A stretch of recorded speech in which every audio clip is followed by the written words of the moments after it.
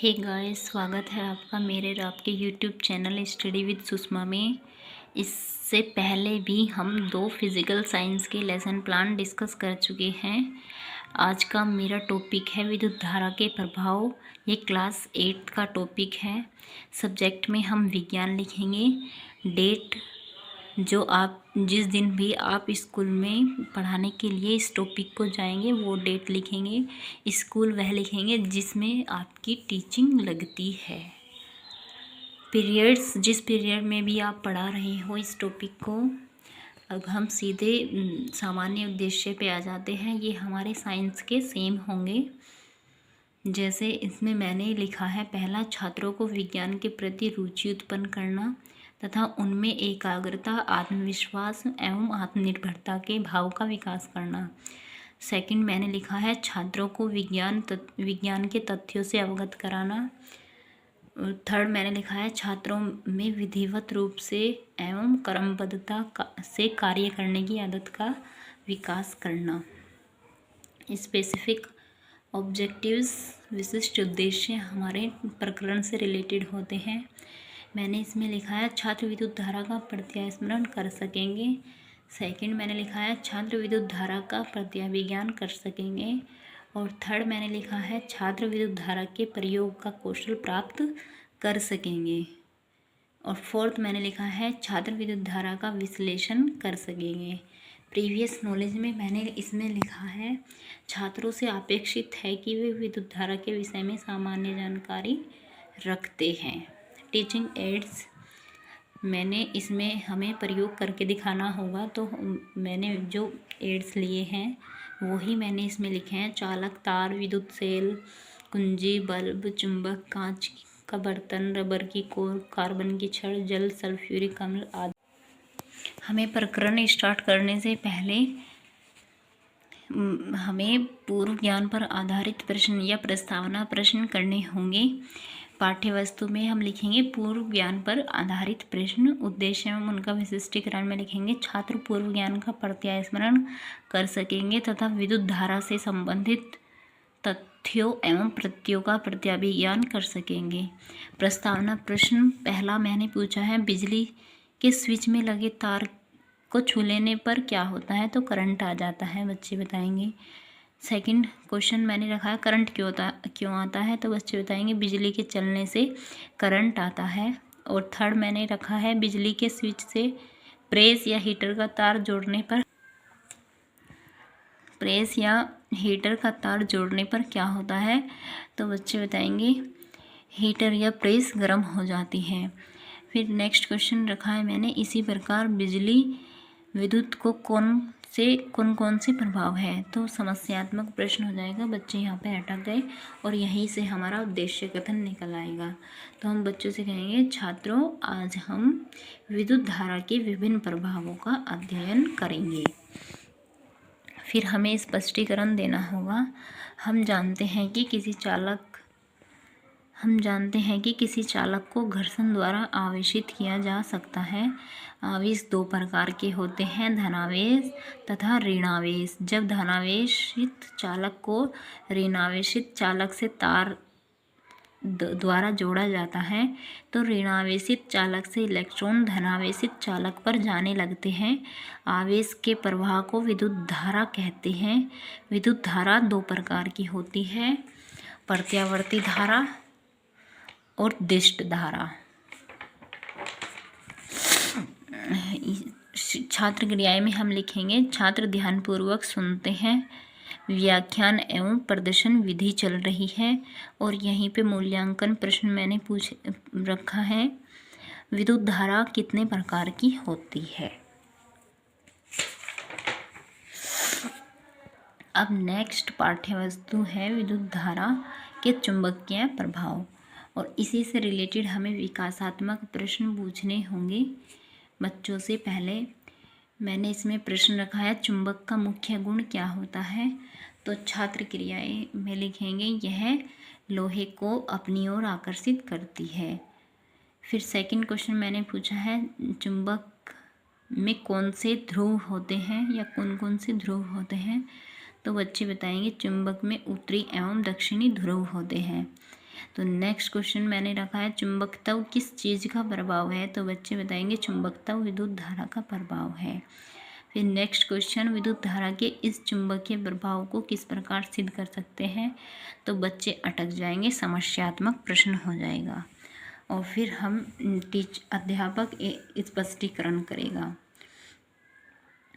इसमें लिखेंगे हम छात्र प्रदर्शन देखकर विषय के प्रति रुचि प्राप्त कर सकेंगे। किसी चुंबकीय सुई या किसी छड़ चुंबक के अन्वय S किसी भी अवस्था में हो, यदि हम विद्युत धारा बैटरी कुंजी व चालक तार की सहायता से चुंबक के चारों तरफ प्रवाहित करें तो हम देखते हैं कि उत्तरी व दक्षिणी ध्रुव की दिशा बदल जाती है। एमीटर की कार्यप्रणाली विद्युत धारा के चुंबकीय प्रभाव पर आधारित है।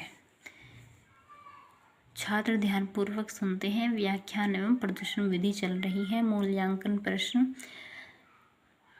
विद्युत धारा के चुंबकीय प्रभाव पर आधारित दो युक्तियों के नाम बताइए।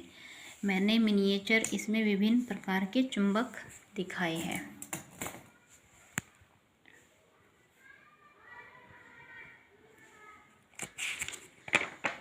नेक्स्ट, विद्युत धारा का ऊष्मीय प्रभाव, और इससे रिलेटेड हमें विकासात्मक प्रश्न रखने होंगे। मैंने इसमें रखा है हीटर व प्रेस किस प्रकार गर्म होते हैं, तो बच्चे बताएंगे हीटर व प्रेस के तार को स्विच में लगाने पर गर्म हो जाते हैं।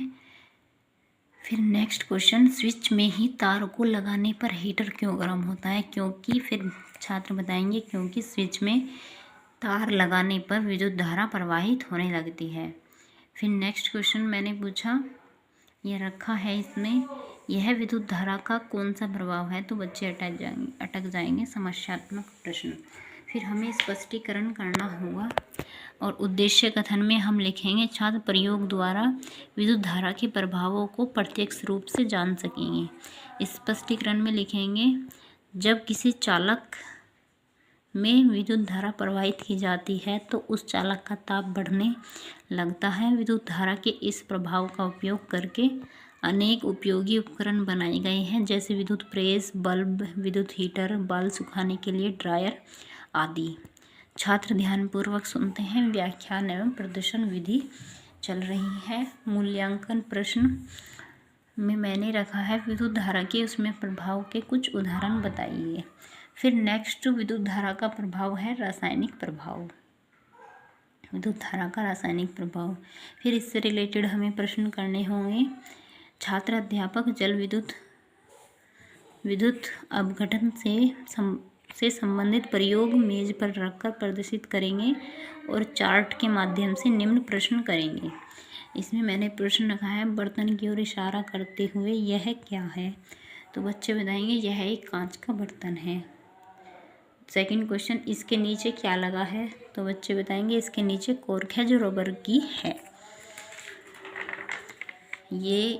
ये मिनिएचर है उसका, जल का विद्युत अपघटन।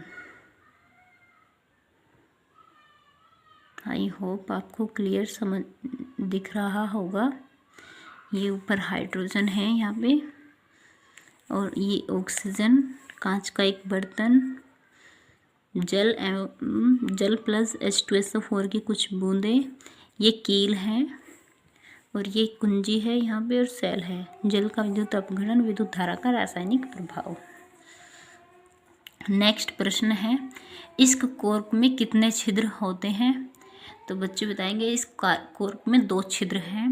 नेक्स्ट क्वेश्चन, बर्तन के बाहर तारों का संपर्क किससे है, तो बच्चे बताएंगे दोनों तारों का संबंध कुंजी और विद्युत सेलों से है। नेक्स्ट क्वेश्चन, कार्बन की छड़ क्यों लगाई जाती है, तो समस्यात्मक प्रश्न हो जाएगा, फिर उसे ही हम स्पष्ट करेंगे। छात्र स्वयं अपने हाथ से विद्युत धारा के प्रयोग का कौशल प्राप्त कर सकेंगे।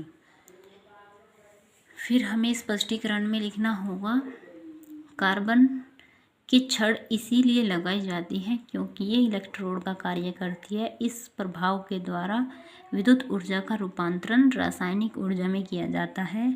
इसका उपयोग अनेक कार्यों जैसे विद्युत लेपन, धातुओं के निष्कर्षण तथा शोधन आदि में किया जाता है। विद्युत धारा के प्रभाव पर आधारित उपकरण वोल्टामीटर कहलाता है। श्यामपट्ट सारांश। ज्ञान को स्थायी करना, उद्देश्य एवं उनका विशिष्टीकरण में लिखेंगे। शिक्षक क्रियाएं में छात्र अध्यापक द्वारा पाठ के विकास के साथ साथ श्यामपट्ट सारांश भी विकसित किया जाएगा। छात्र ध्यानपूर्वक अवलोकन करेंगे, इसमें ये लिखा जाएगा। गृह कार्य में हम लिखेंगे छात्र को स्थायित्व प्रदान करना, उद्देश्य एवं उनका विशिष्टीकरण में। और यहाँ पे 3 या 2 प्रश्न लिखने होंगे। जल का अपघटन किस उपकरण द्वारा दिया जाता है। फिर सेकंड क्वेश्चन, विद्युत धारा के उसमें प्रभाव के उदाहरण लिखकर लाओ। और थर्ड क्वेश्चन, विद्युत बल्ब का नामांकित चित्र बनाओ। छात्र दिए गए प्रश्नों को अपनी अभ्यास पुस्तिका में लिखते हैं। और ये मैंने श्यामपट्ट सारांश लगाया है ब्लैक चार्ट पेपर पर। आप 20 में सिर्फ मेन स्केच ही लिखिएगा। Thanks for watching, subscribe my channel. ये मेरा लेसन प्लान आज का कंप्लीट हुआ।